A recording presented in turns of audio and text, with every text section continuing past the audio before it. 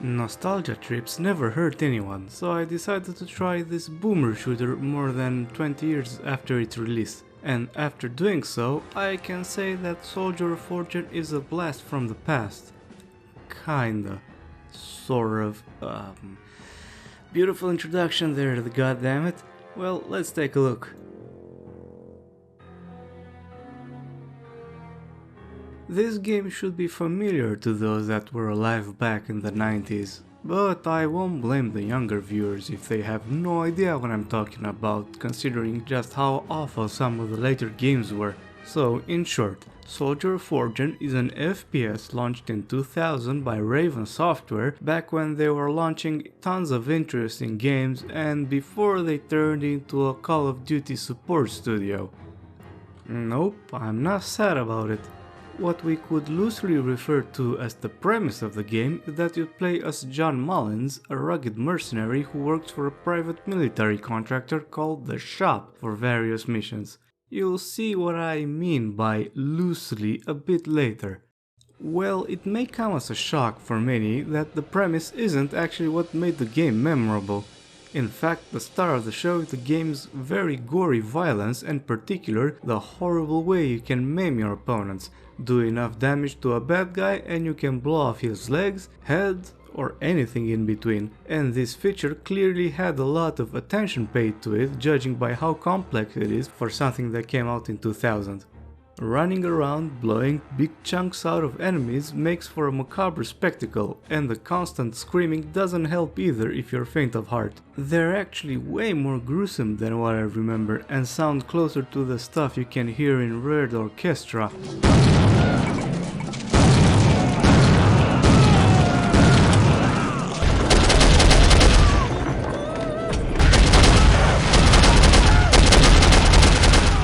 Dear lord, they're so intense. This is just a part of the unapologetic tone Soldier of Fortune has around most of what it does.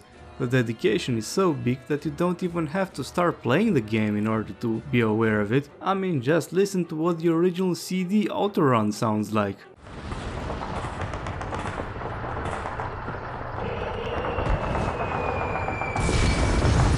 And right afterwards, you get to boot the game and be greeted with this cacophony of gunfire and explosions.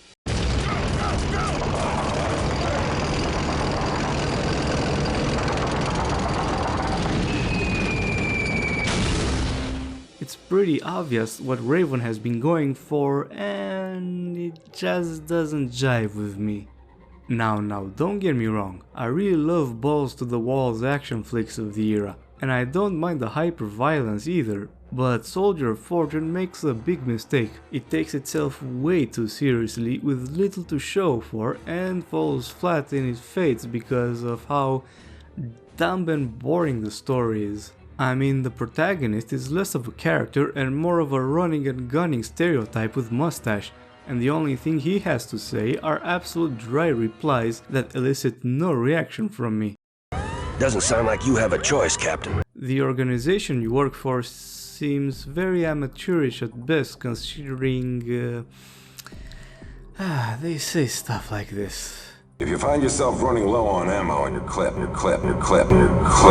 Which makes the idea that they are in charge of solving a nuclear weapons crisis even more of a stretch. By the way, these guys are also broke as fuck too, because they send you all over the world to perform critical disarmament missions and pay you pennies at a time. And if it's like you're mowing someone's lawn or something. Like, dear lord, how the hell did this guy get in charge for the whole operation? Even the last mission where you have to stop a neutron bomb attack, you are rewarded with $500,000, a pat on the back, and now on to the next mission, John. Is a vacation in order? Sorry, John. Something's come up. What the hell is this supposed to be, a 3-month internship for Mullins' CV? The villains themselves aren't any better, they're actually cartoon level bad guys who are just mad and want to kill everyone and nothing else. Didn't think so. I have to give a bit of credit here because the only moment I felt the writing was a bit smart was with these symbols that they use. Yes, the most depth the writing has is due to the antagonists being white supremacists. and I feel just as awful for saying it as you might think. But I have to admit, it's a bit amusing for the biggest reason to prevent them blowing up the world's cities with nuclear weapons is that so they don't show the superiority over the world's nations, rather than, to stop millions of people from dying. Great priorities there, guys.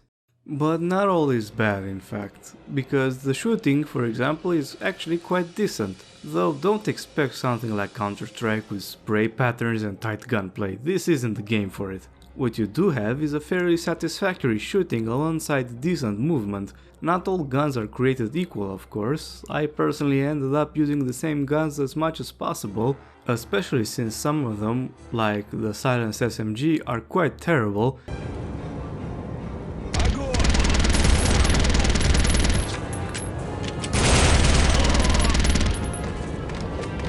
Or in other cases are way too niche to carry around.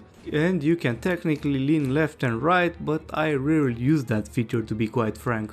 Before each mission you get to choose what equipment you get to use, and while that's cool and all, you get no information about what you might be facing on the field. This means that you might bring with you weapons which you'll find no ammo for, meaning you're going to need to make room for another gun. Because, there is a limit of how much you can carry with you, but you have to remember that this game is built on the Quake 2 engine and borrows its non-existent UI, so it's quite easy to miss that you can't carry anymore. It's nothing terrible considering, but Half-Life came out 2 years earlier and had a really good and informative UI. The engine shows its signs with the way levels look. There were multiple instances where it would be difficult to say for sure if you're in Quake 2 or Soldier of Fortune because of how similar they look.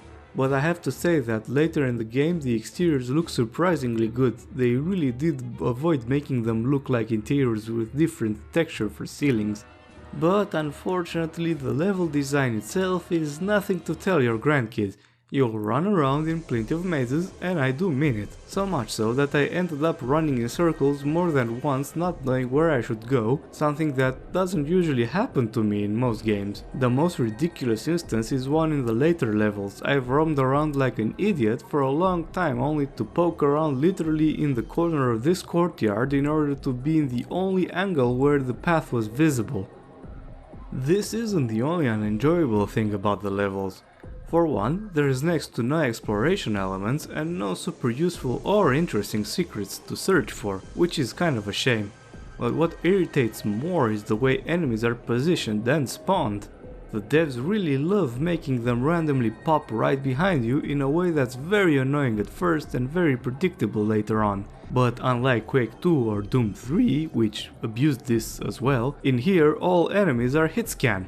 So yeah, enjoy being instantly blasted from blind spots without any warnings. The difficulty pacing is weird as well. For example, the first level is more or less of a breeze, the second mission ups the ante a little bit, while the third throws you into guard towers with snipers that hit you through a very thick fog. Whoever designed this level really hates the player, but thank goodness he never got to design any other level because this is the only instance of this kind of crap being pulled off. I'll see your friend in hell. I'm not making this up when I say it that this level is the hardest. It's harder than even the last level. But in terms of setting, the game makes quite an effort and has an interesting cast of locations in which to ply your trade in. It starts off with a New York subway station, but then it takes you to a war-torn Kosovo, which looks like it's in the middle of an apocalyptic nuclear war by the way it's portrayed. Fucking hell, man, I know it was bad, but I don't remember soldiers running around in hazmat suits, jeez. Anyway, afterwards you go to places like a secret lab in Siberia, culturally sensitive tours in Iraq, which involve a date with good old Saddam. Excuse me, Mr. Hussein. I need the general alive. And even a Sudanese village where you fight a local population that's balls deep into white supremacy. But regardless, here you also find the game's finest part, a meat processing plant with the most badass atmosphere out of all of them.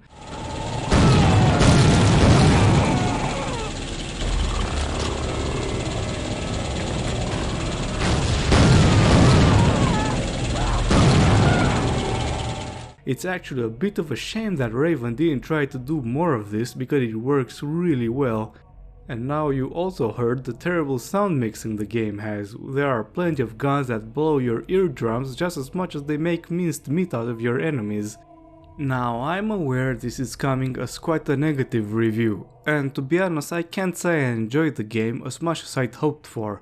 Its sequel Double Helix was not only a more polished title, but it was also a more replayable experience outside of the main campaign.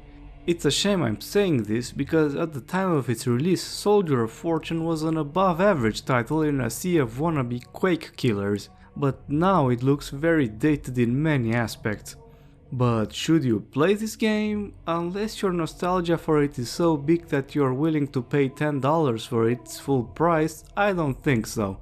Even its current discounted price on GOG, I'm hesitant to tell people to try it out, considering there are plenty of older games that are more interesting to play. There is also an active multiplayer scene with the help of the Soldier of Fortune Plus patch to its credit, but I think it's still not worth the time or effort. Once again, thank you for watching me ramble on about games, I really appreciate it. As always, don't forget to like the video and subscribe to my channel so you don't miss out on my future content. And until next time, cheers!